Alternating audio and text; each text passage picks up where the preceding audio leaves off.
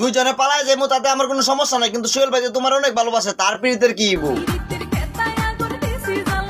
সর্বনাশ, পীড়িতের খেতে এখন জ্বালাইছেন, সেই খেতে তলে তো সোহেল ভাই শোয়া থাকে, তাহলে তো সে পুড়ে মরে যাবো গা। তারপর তো পুলিশ এসে আপনার আর আমার দুটো ফাঁসি দিয়ে মারবো। আমি আপনার লগে যাবো না, আমি সিঙ্গেলই থাকবো। আচ্ছা কান্দম না, না কান্দলে তুমি কি দিবা আমারে? হ্যাঁ, বেলুন কিনা দিলে আমি আরো বেশি কান্দবো, বেলুন কিনা দিলে হইতো না। এতক্ষণে বুঝলাম আমি তো কান্দি এই বিয়ার লাগে, আমারে বিয়া দিয়া দে।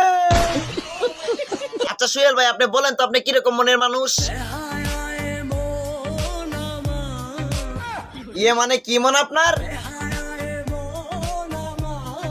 গেছে ভাই গেছে, সোহেল ভাইয়ের মাথাটা অল্প বয়সে গেছে। আর আপু চলো চলো সোহেল ভাই নিয়ে পাবনা পাকড়াগার তো ভর্তি করে দেন। বলা তো যায় না এই বেহা মন নিয়ে যদি উল্টাপাল্টা কিছু কইরাবো তারপর তো সব আপনারই ট্যাকেল দিতে হইব, তাই আগে থেকে বলতেছি সোহেল ভাইয়ের দইরা চলো চলো পাবনা পাকড়াগার তো ভর্তি করে দেন।